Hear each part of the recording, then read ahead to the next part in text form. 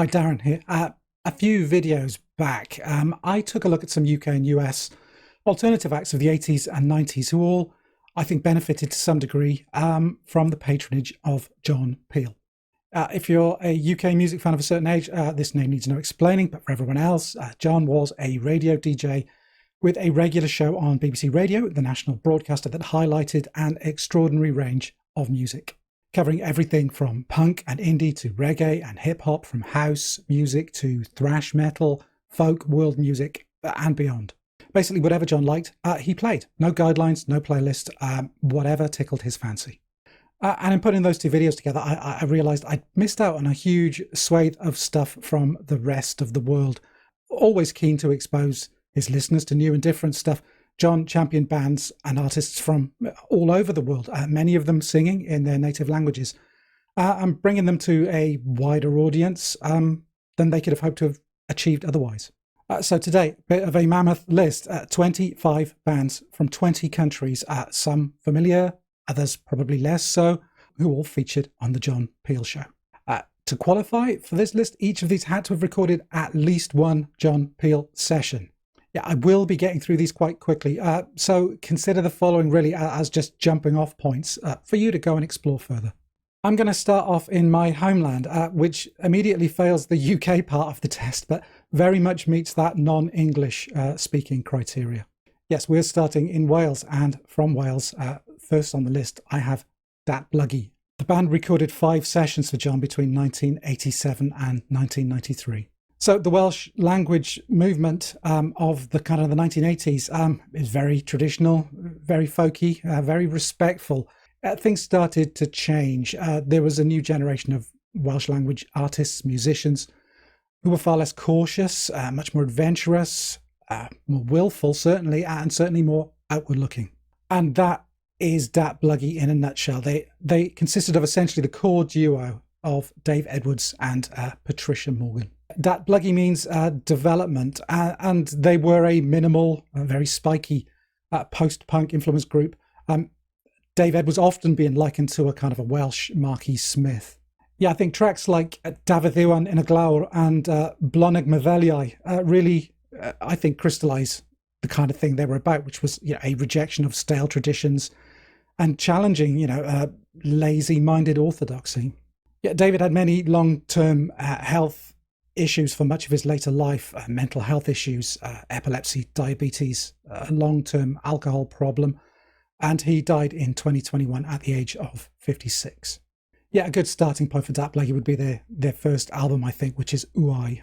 And staying in Wales very quickly for my second entry, I've got Llwba Llaethog, a pretty pioneering kind of dub electronic duo from Blaenau Ffestiniog, who recorded 4 sessions for the show between 1987 and all the way up to 2001. Yeah, this is music that's heavily indebted, I think, to the kind of cut-up sounds of Adrian Sherwood, On You Sounds, and of all those early hip-hop records too. For me, this was quite a shock, hearing Welsh language rap, right there at the tail end of the 80s when hip-hop was still developing. Okay, moving on now. From Wales, we're going to hop across to the Netherlands. And third on my list, I've got Gore. Gore recorded 3 sessions between 1987 and 1991. And they were a Dutch trio fusing very technical metal style playing with kind of punkish hardcore influences and being entirely instrumental. A very heavy kind of sludgy take on math rock, if you like, before that was even a thing, and very much a proto-doom act. They toured with Rollins and the Swans at various points, and I think they remain a pretty influential band in kind of alt metal circles. And staying in the Netherlands for my 4th entry, I've got Night Blooms. They only recorded a single session in 1990, but they were kind of basically a feisty kind of take on the shoegaze sounds of that period. Very blissed out female vocals, sweet harmonies buried in walls of fuzzy guitars. Clearly a very heavy My Bloody Valentine influence, but good stuff nonetheless. They released 2 albums at the beginning of the 1990s, both of which I think are worth checking out. And a short hop now from the Netherlands. We're leaving and we're going to France. And at 5 on my list, I've got Sloy. Once again, a single session band, this one from 1995, which I think was probably their high point year for the band. They came from Béziers, and And yeah, this was the year that they recorded their best album, I think, which is Plug, with Steve Albini at the desk. Yeah, very odd vocals, kind of English, kind of not, if you see what I mean. But musically, this very engaging, lumpy kind of post-hardcore noise, smattering, I hear, of some DC influences, some of that Girls Against Boys swagger, maybe. They toured with Shellac and PJ Harvey, and they did burn bright for a few years, but they called it a day in the year 2000. No huge distances here, a short trip over the border from France into Switzerland. And at 6, I've got the Young Gods, who recorded a session for John in 1988. Yeah, I have talked about these guys at some length before, so I won't labour this one. Industrial sounds, sampling innovators, really, as much influenced by Public Enemy as by heavy rock. And they're just a fantastic band.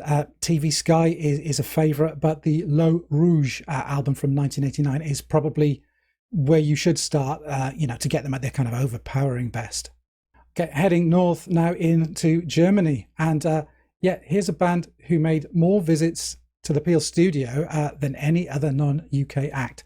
At 7, I've got FSK, that's Freiwilliger Selbstkontrolle, who recorded 6 sessions between 1985 and 1992.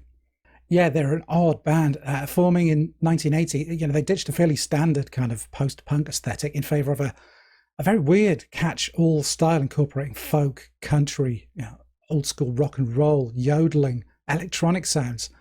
Very quirky, very unruly, very hard to pin down. They did forge a strong bond with David Lowry of Camper Van Beethoven, which kind of should give you an idea where they're coming from. Yeah, the magpie kind of tendencies, grabbing everything of a band like the Mekons might also be another comparison you could make. Feel free to dive in, but prepare to be slightly confused. And staying in Germany for number 8 on my list, I've got 2 Rococo Rot, who recorded 2 sessions for John in 1997 and 1999. Yeah, definitely on the more electronic end of the post-rock spectrum, and a great example, I think, this band, of how widely John Peel's influence spread beyond the UK at the time he was broadcasting. Yeah, growing up in East Germany, on the other side of the divided Berlin Wall, Robert and Ronald, the brothers of the band, would pick up syndicated airings of Peel's shows, some recorded for the BBC World Service, broadcast from West Germany. And this would be during the kind of the late 70s punk boom. And as kids, these shows had a huge influence on them. And you'll find this is a pretty common motif running through a lot of these acts here, especially those in the former Eastern Bloc countries. There was a thriving trade in taped radio shows and albums, which were otherwise prohibited, or at the very least, very hard to get hold of. Yeah, anyway, to Rococo Rot, a lovely mix of, analog electronics, minimal style compositions, and pretty loop and systems-based music, I think, but with kind of a palpable, kind of quite unexpected warmth to it. Yeah, the 1-2 of the albums Viculo and The Amateur View, around about the same time as these sessions, I think catches their transition from using guitars to purely electronic sounds pretty much perfectly, and it's well worth acquainting yourself with these if you don't know them. And I just mentioned former Eastern Bloc countries. We're heading east now and across the border from Germany into the Czech Republic. At 9, I've got The Ecstasy of St. Teresa, who recorded a single session in 1993. And like the Night Blooms earlier in this list, yes, these were another band who were deeply indebted to the first wave of shoegaze acts of the late 1980s.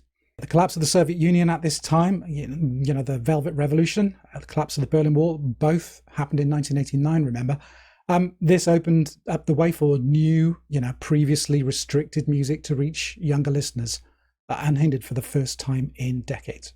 Yeah, check the description below. I'll link to a recent piece in The Guardian which specifically looks at the rise of the Czech shoegaze scene of this period. It is very good. It's well worth a read. Anyway, the Ecstasy of St. Teresa were, I think, the foremost of the Czech gaze bands. Sonically, they fit kind of pretty much perfectly into that slot, somewhere between My Bloody Valentine, Bleach, and the sound of those early Lush EPs. But they did develop along similar lines to some of their more, experimental contemporaries, exploring more ambient and more electronic directions. Their shoegaze side is in full effect on the Pigment EP from 1991, whereas the 3D album really kind of shows them at that kind of ambient field recording kind of peak of theirs.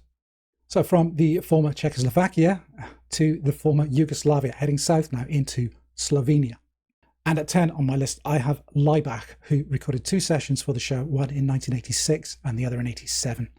A very problematic band for some because of their use of imagery and iconography of historical totalitarian and nationalist movements, Nazism basically.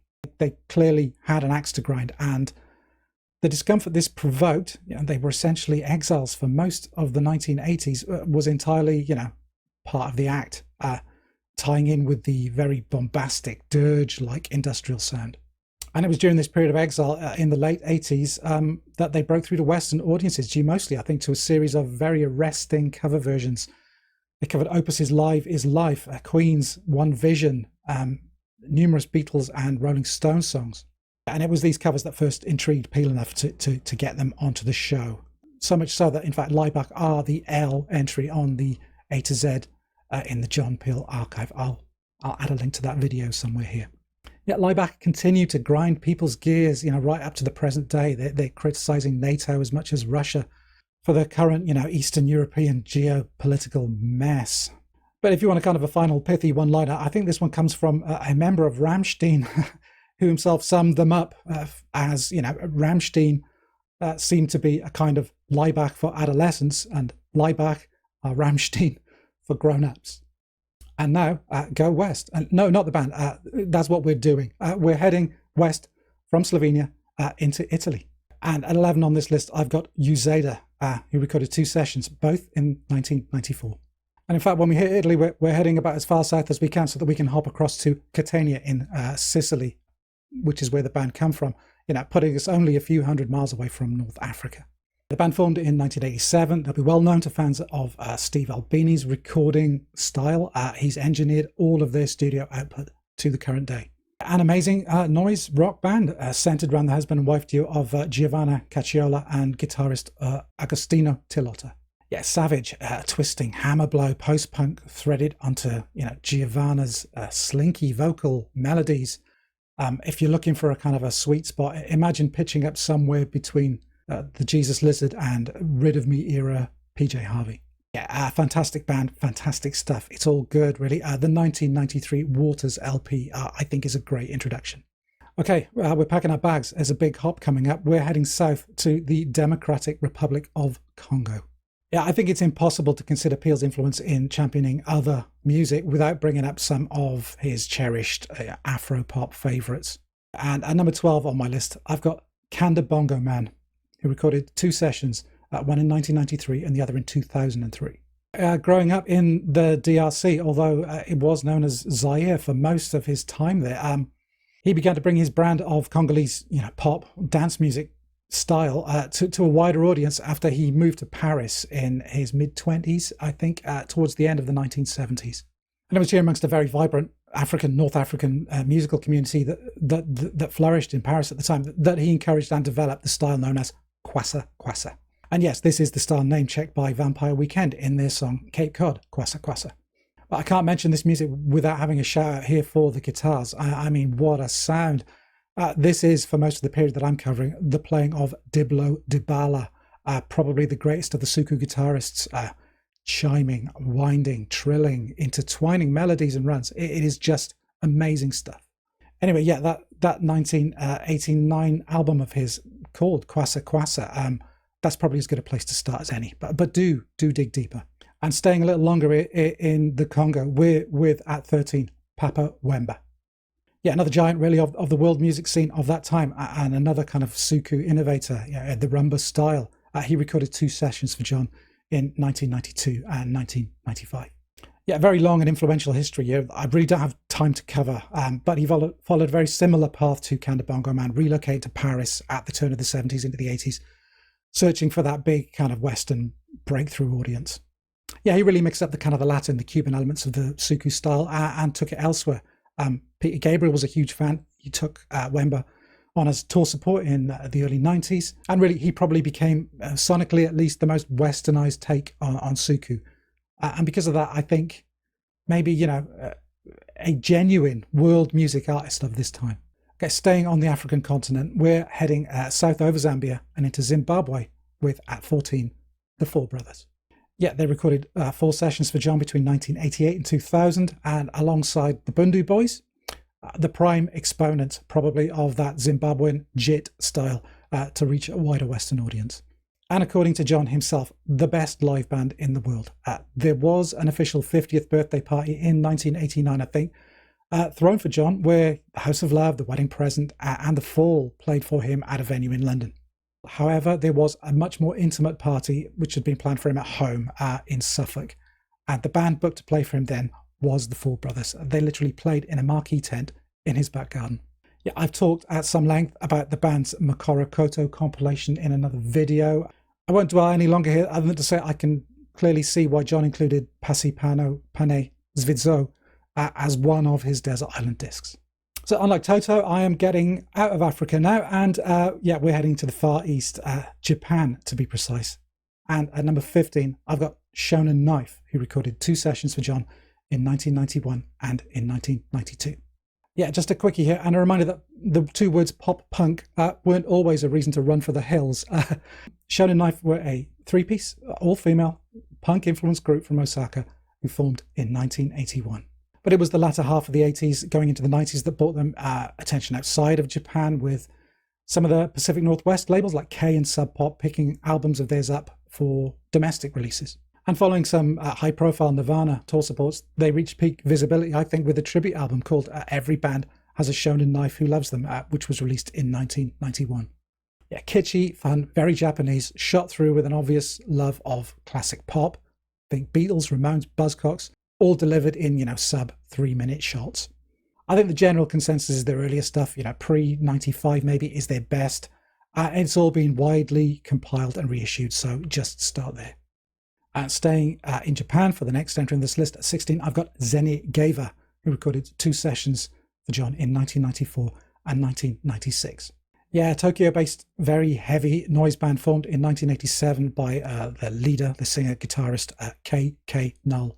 Usually a trio of 2 guitars and drums. They found a match made in engineering heaven in, you guessed it, Steve Albini again, who's helmed the vast majority of their studio recordings. Complex, bordering on prog metal, to quote Neil from The Young Ones, heavy, heavy, heavy. Yeah, if non-stop kind of glottal riffing and hoarsely screamed vocals are your thing, Zenigeva are for you.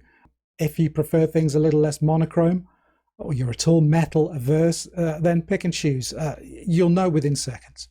Heading south now and going intercontinental again, we're fully down under, and we're in Australia with, at 17, Even As We Speak. The band recorded 3 sessions between 1992 and 1993, but rewinding a bit, they probably would have been another of the, nearly groups of that post-C86 indie pop era, purely down to geography, really. But luckily for them, John picked out their Go So Slow 7-inch for some heavy airplay at the end of 1989. This brought them to the attention of Sarah Records in the UK, who signed them, one of a handful of non-UK bands on the label's roster. They're a 5-piece from Sydney, and one of the most just joyously carefree and fun indie pop acts of the early 90s. Breezy, witty, pretty songs, no pretense whatsoever. Just a complete old-school, guilt-free guitar pop masterclass. Their 1993 album Feral Pop Frenzy is a joy. They'd have a crack at most genre exercises and wrestle something interesting out without breaking a sweat, really.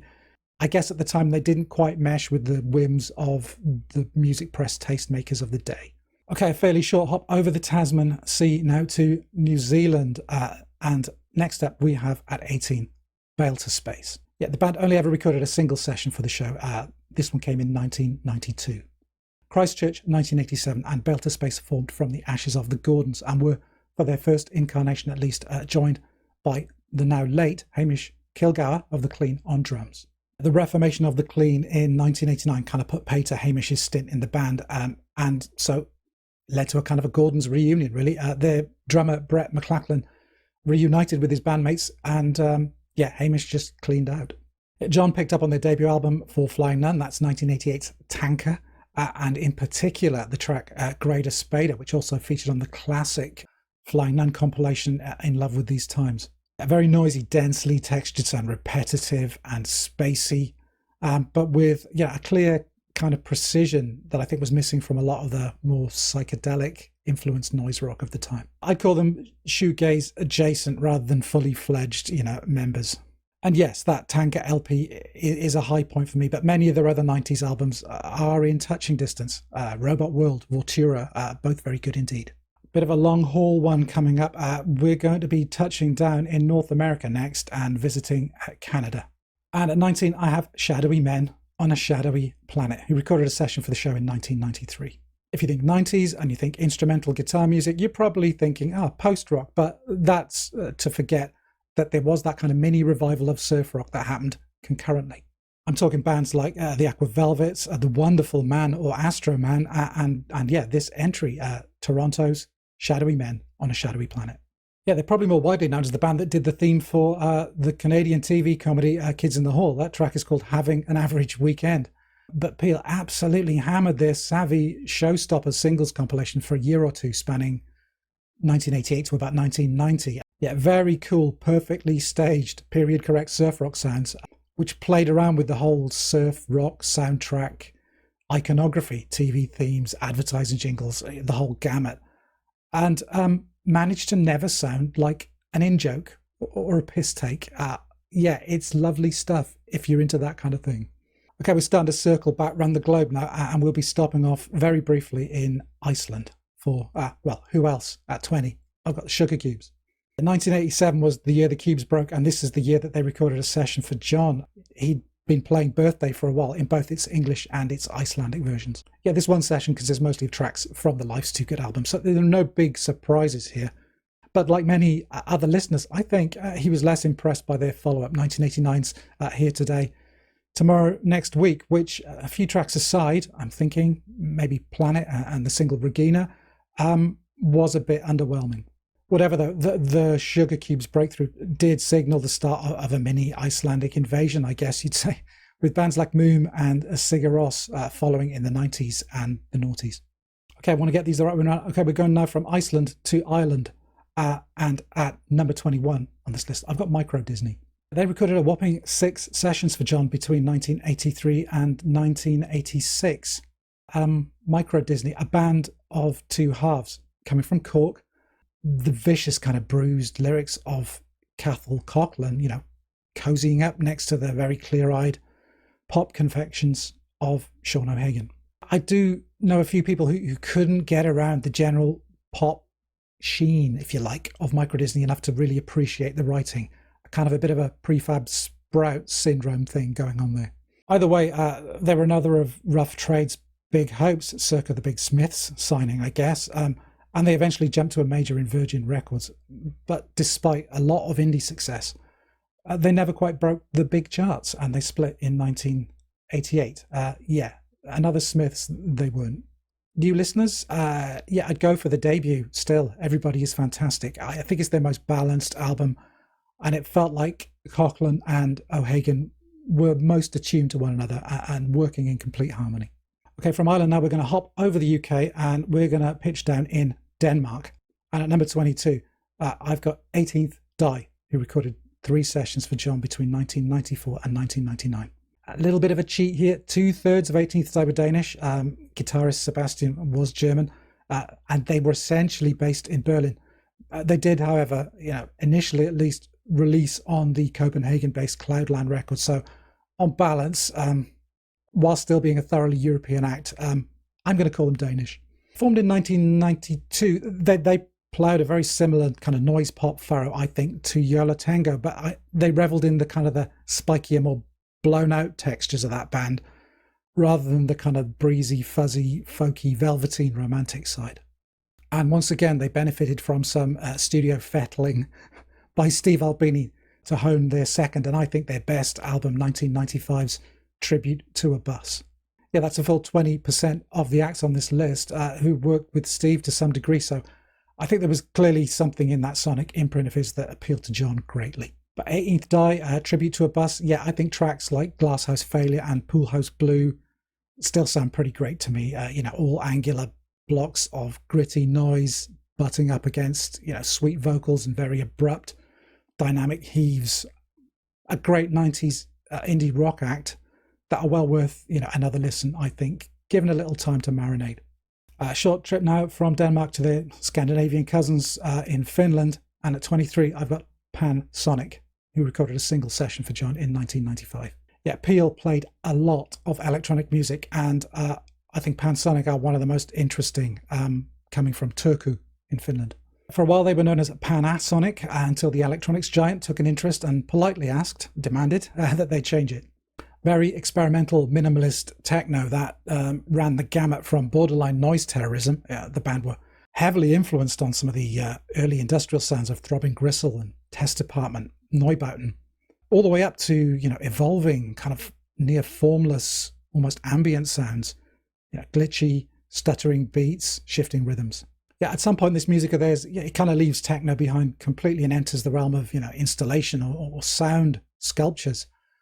But at the time of their one session for the show in 95, still Panasonic at this time, they were pure Detroit-style techno, boiled down to a glitchy kind of radioactivity era Kraftwerk pulse.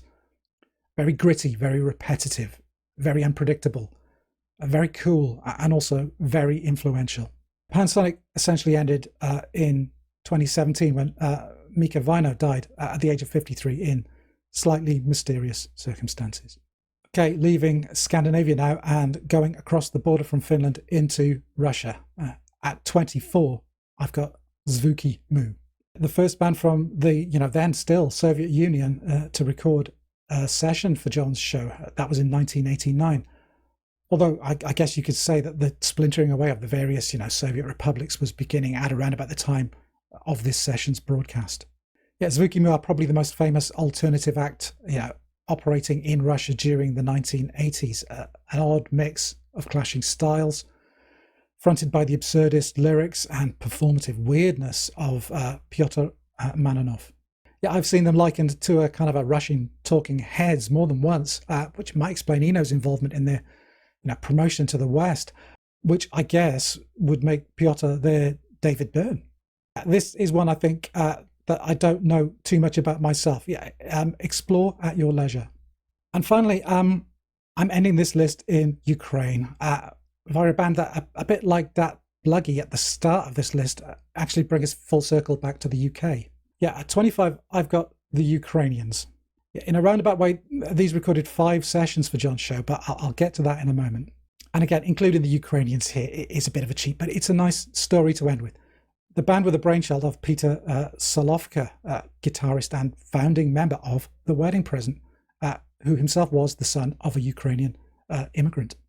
Yeah, the Weirdos found themselves coming off a tour, stuck for new material, but they were booked in to record a Peel session. Peter suggested that they try some of the traditional Ukrainian folk songs that they'd been messing around with in rehearsals, just for a bit of fun. John Peel was very into this. In fact, he booked The Wedding Present in for 3 sessions of this stuff, and they were so popular they were compiled and released as a standalone record called Ukrainsky Vystup John Peela, which sold very well indeed, tens of thousands of copies. And inevitably, this was kind of detracting from The Wedding Present's main line of business. So Peter Solovka agreed to leave, and he formed the Ukrainians as a standalone group. And it was in this incarnation that they went on to record another 2 sessions in 1991 and 1992. There's probably a lot more I could add here, but instead I'd urge you to check out U is for the Ukrainians in the John Peel archive, that A to Z list, which covers this far better than I could ever hope to. But I will quickly add that, the influence of an established band playing traditional music in the Ukrainian language, not in Russian, was quite profound on audiences in the Ukraine itself.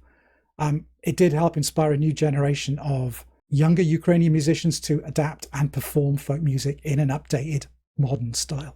And in light of the current situation in the country, I think it's rather nice to remember how much influence music, native culture, your mother tongue can have in fostering a sense of identity and independence in a world that seems hell-bent on crushing difference to achieve imperialist or economic or hegemonic control. Slava Ukrainia. And that's it. I really just wanted to break out of this, imagined Anglosphere rubbish and acknowledge music and musicians from other countries. But in doing so, it does highlight why I think curation is still important, at least to me. An algorithm will give you more of what you want, but it does it at the expense of surprise. Spotify is never going to recommend Canned Bongo Man to you if you tend to listen to, exclusively death metal. But the John Peel Show would do just that. And in doing so, I got to hear some music which I would never have heard otherwise. And I think that's a good thing. And if you've got this far, well done. Yeah, well done you. And thanks for watching. Yeah, any comments you might have about the content, please do add them below and I'll try and get back to you. And as ever, likes and subscriptions are most welcome. They really do help kind of solidify the channel and bring it to a wider audience. But that's it for this video. Yeah, you take care and bye for now.